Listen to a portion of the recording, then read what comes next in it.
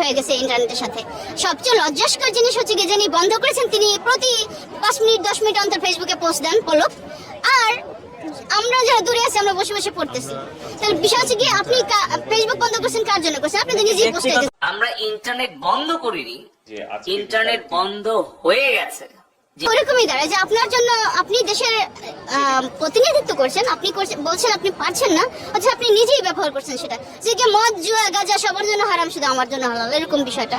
আমার ছাত্রদের দিকে দেখেন, আন্দোলনে যারা এখন নেতৃত্ব দিচ্ছে রাইট, তাদেরকে 2 দিন পর পর আপনি তুলে নিচ্ছেন। আপনার এক বাহিনী বলে আমরা নেইনি, আবার পরের দিন তারাই স্বীকার করা নিয়েছে। একবার বলে চিকিৎসার জন্য নিয়েছে, একবার বলে নিরাপত্তার জন্য, আবার বলে তাদের সাথে কার কার সাথে যোগাযোগ হয়েছে তাদের সাথে তথ্য নিতে গিয়েছি রাইট। আপনি যখন নানা রকম বিভ্রান্তিমূলক খবর বলেন, তখন দেশের মানুষের মনে স্বাভাবিকভাবেই প্রশ্ন আসে যে এই দেশ আসলে চালায় কে? দেশে কি আসলেই কেউ কি আসলেই পরিচালক হিসাবে আসে, নাকি এটা আসলে অরাজক একটা দেশ? সেই সব বার্তা আপনারা দিচ্ছেন এক একবার, এক এক সময় এক এক জিনিস বলে। একটা মানুষ একটা দলের হেড, সেটা আপনার শত্রু হতে পারে, সে যদি নাই হয়ে যায় সেই দায়ও আবার আপনার। যে আপনার দেশ থেকে যে কোনো মানুষ নাই হয়ে যাবে, সেটা উদ্ধার করে দায়ও আপনার। সে কোথায় আছে সেই সংবাদ দেওয়ার দায়ও আপনার। সে দায় যখন আপনি মেটাতে না পারেন, তখনই আপনি আপনার শাসনকে প্রশ্নবিদ্ধ করেন, যেটা কি এই দেশে কি আসলে শাসক আছে নাকি নৈরাজ্যপূর্ণ শাসক। আর প্রবাসীরা আমরা একটা জিনিসই চাই, যে মা যদি ভুল করে থাকেন মাপ চান, সরাসরি মাপ চান, তো লজ্জার কিছু নাই।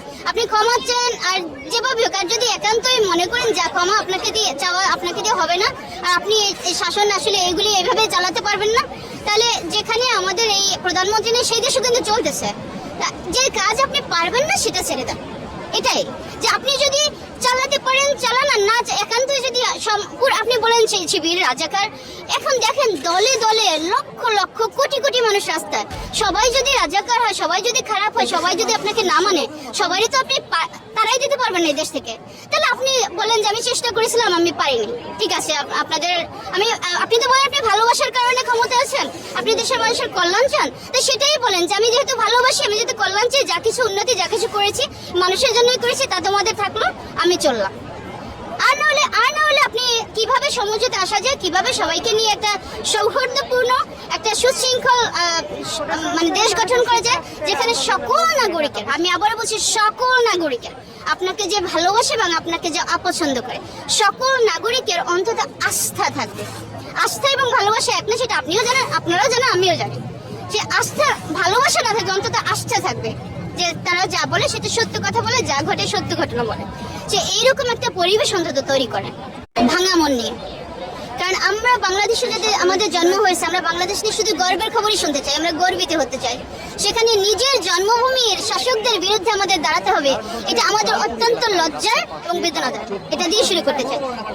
এখন বলতে পারেন যে কি নিয়ে, তাহলে আমরা এই যে কাজটা আমরা কোনোভাবেই করতে চাইনি, যে দেশের শাসকদের বিরুদ্ধে দাঁড়ানোর মতো লজ্জাস্কর কাজ আমাদের কেন করতে হয়েছে, বাধ্য হয়ে করতে হয়েছে।